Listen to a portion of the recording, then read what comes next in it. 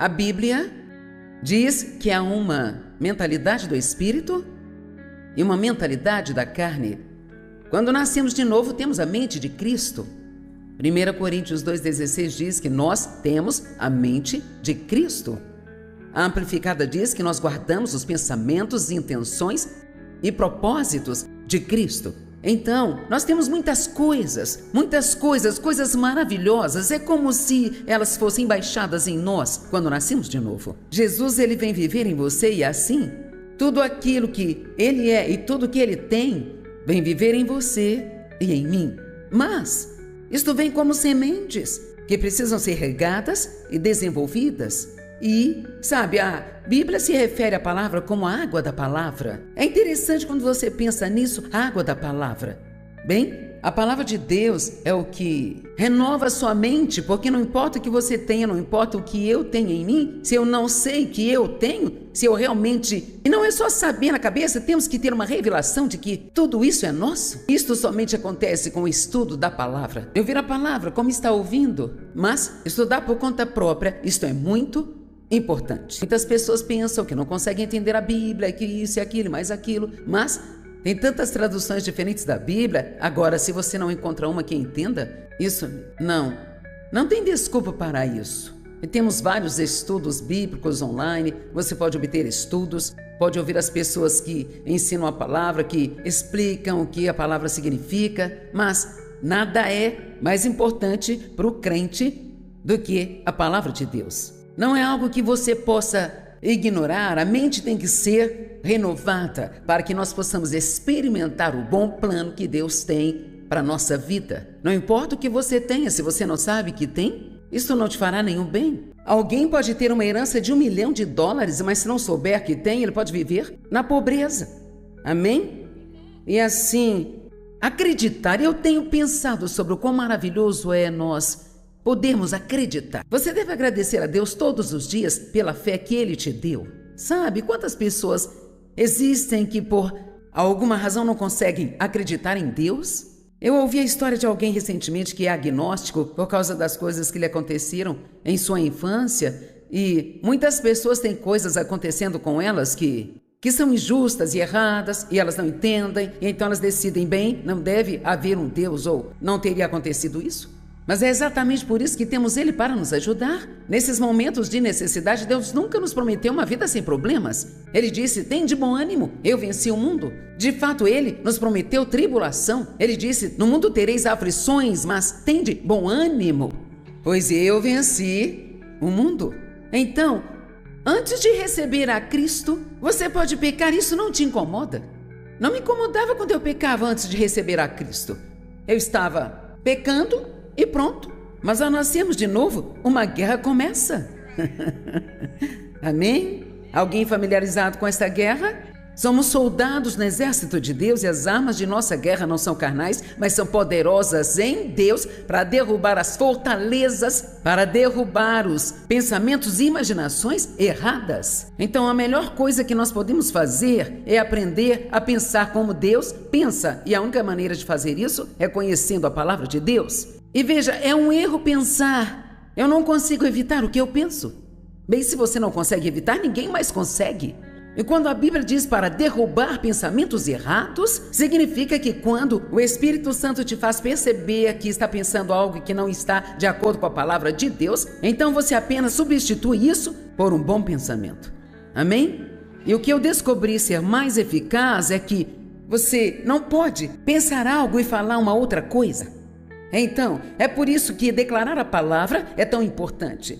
Isso porque, quando você conhece a palavra, a Bíblia diz, aquele que tem a minha palavra, declare a palavra fielmente. Ok, então, eu tive muita dificuldade em acreditar que Deus me amava incondicionalmente, porque todo mundo que tinha me dito que me amava me machucou. E assim eu cheguei a um ponto em que eu sabia na minha cabeça que Deus me amava, mas isso ainda não estava aqui, sabe? E uma vez que você toma posse disso, muitos dos seus problemas acabam, porque mesmo quando tem problemas, você sabe que Deus ainda te ama, você não questiona o amor dele. E assim, por um ano, eu tive que confessar Deus me ama incondicionalmente. E às vezes eu ia até o meu espelho e eu dizia assim: Deus ama você. Você, Deus ama você. E quando eu começava a ter pensamentos inúteis sobre mim mesma, eu já tinha o conhecimento para saber que não era assim que eu deveria estar pensando. E assim, em vez de ser condenado por isso quando está pensando em coisas erradas, apenas diga não, fale em voz alta, fale de volta para o diabo, ele fala com você. Fale em voz alta e diga não, eu não vou pensar assim, Deus, Ele me ama. Eu passei a mesma situação sobre crer que eu era justificada com Deus. 2 Coríntios 5:21, aquele que não conheceu o pecado tornou-se pecado, para que nós fôssemos feitos a justiça de Deus nele. Bem, eu carreguei muita culpa até quando eu estava provavelmente com os meus quase 50 anos de idade, sabe? Por causa de ter sido abusada pelo meu pai e sempre achar que havia algo de errado comigo. Esse demônio fica no seu ombro dizendo: o que há de errado com você, o que há de errado com você, o que há de errado com você. Ele te faz pensar que é pior do que todo mundo, não pode estar certo, que isso, mais aquilo outro. E eu me deparei com uma escritura outro dia. Às vezes lemos algo na Bíblia e simplesmente não prestamos atenção naquilo. E em Filemão 6 nos diz que nós devemos reconhecer todas as coisas boas que há em nós por meio de Cristo. Uau! Não temos nenhum problema em reconhecer o lixo que está em nós. Eu sou isso, eu sou aquilo, eu não sou aquilo, eu não sou aquilo outro. Mas reconhecer as coisas boas que estão em você através de Cristo. Por meio de Cristo. Essas não são coisas que nós ganhamos ou merecemos, mas são através de Cristo. Eu não tenho que saber essas coisas para ir para o céu. Você recebe Jesus como Salvador e realmente acredita que Ele morreu por você? Você acredita nisso? E essa é a salvação, isso é um dom de Deus, não tem nada a ver com o que você faz, mas se você quiser desfrutar sua vida aqui, vamos lá. Veja, você pode ser um cristão miserável. Ou você pode ser um cristão feliz, pacífico, alegre e realmente frutífero. E que é determinado a aprender a pensar e falar certo e a realmente crer. Quero dizer, realmente acreditar no que a palavra de Deus diz sobre você. E assim, eu sempre pensava: o que é de errado comigo? O que é de errado comigo? De alguma forma, eu achava que o que o meu pai fazia comigo era minha culpa. Eu não achava que isso acontecia com os outros. E claro, sendo criança, eu achava que eu era a única pessoa no planeta que passava por aquilo. E naqueles dias ninguém falava nada sobre abuso sexual ou incesto. Você não ouvia falar desse assunto, sabe? E minha mãe, minha pobre mãe, ela tinha tanto medo do meu pai, porque ele era violento e malvado, chegava em casa bêbado, batia nela. E ela simplesmente não tinha muita confiança, ela não achava que poderia cuidar de mim e do meu irmão se o deixasse. E assim, ela sabia o que ele estava fazendo, porque ela o pegou uma vez, eu disse para ela também, mas ela não fez nada, sabe? Então, eu fui abusada pelo meu pai, abandonada pela minha mãe, e assim eu sempre pensei que havia algo de errado comigo. Bem, então, eu ouvi este ensinamento.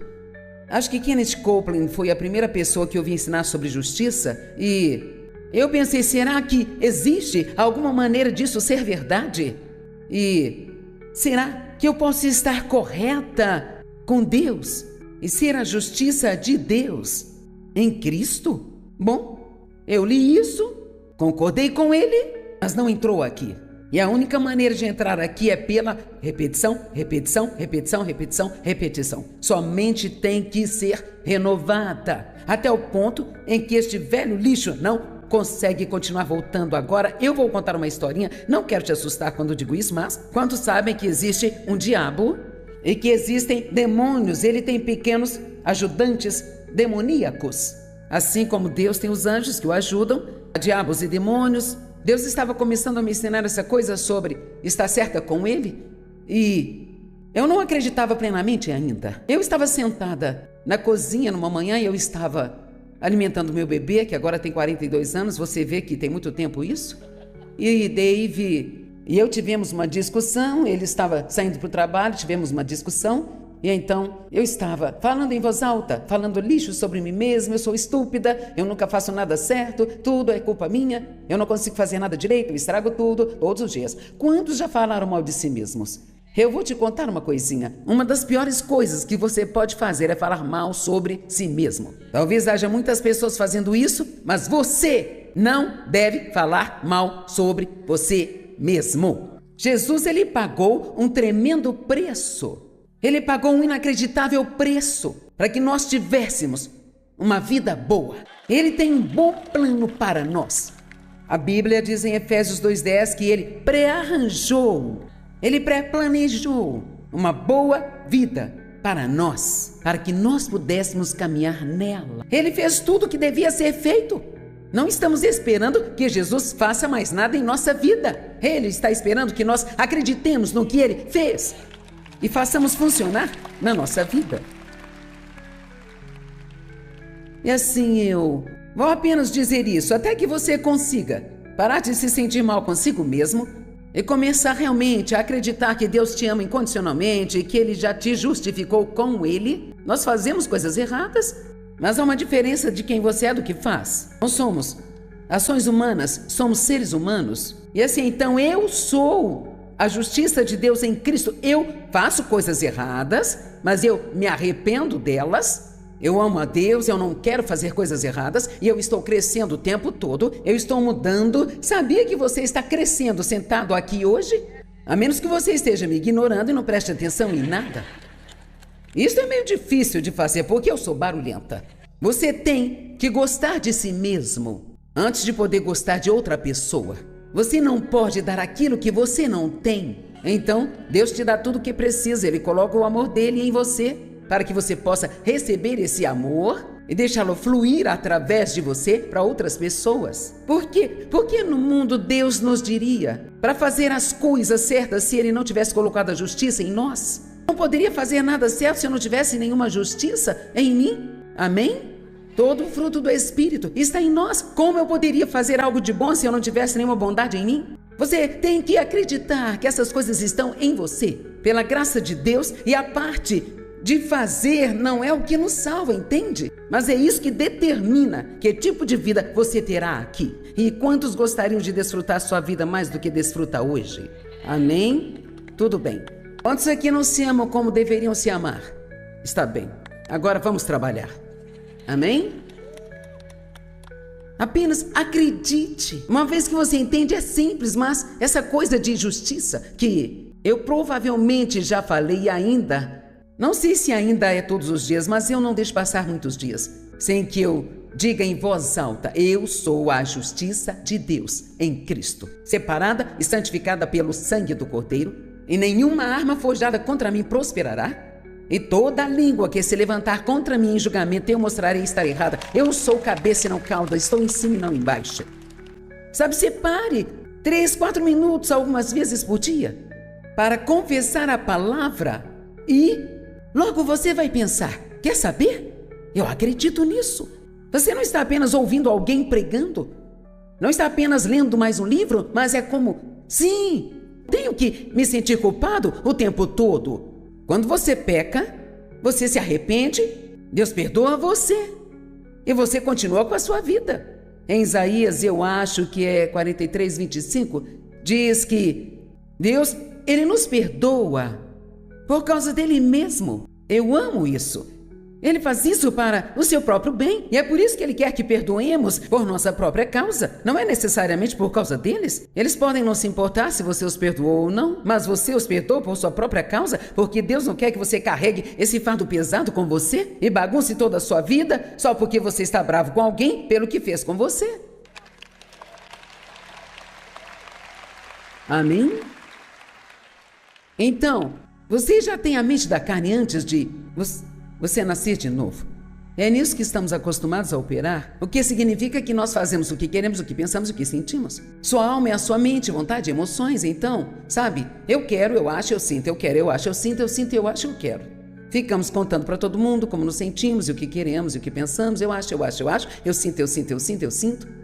Mas nada disso nos diz nada sobre Deus. Então, quando nascemos de novo, recebemos essa mente espiritual, mas então ela tem que ser renovada, ela tem que ser despertada, vivificada e alimentada com a palavra de Deus básica e regularmente. E assim, Agora, quando você tem essa mente de Cristo e você recebe esse novo Espírito, e o Espírito de Deus está em você, quando você peca, não se sente confortável com isso. Porque tem algo dentro de você que te incomoda, e te incomoda, e te incomoda. E é como se você pode nem saber por que você fica assim. Ai, eu me sinto tão mal, estou tão triste. Eu me sinto pesada por dentro, eu me sinto para baixo, eu perdi minha alegria, eu estou sem paz, eu estou deprimida. Metade do tempo nem percebemos. Isso porque sabia que você pode se tornar miserável pela maneira como fala? Tenha uma boa sessão de fofoca sobre alguém e depois veja como se sente. Não podemos fazer isso e nos sentir bem? Quando você fala bem dos outros, você se sente bem? Você diz coisas ruins sobre as pessoas, vai colher o que plantou.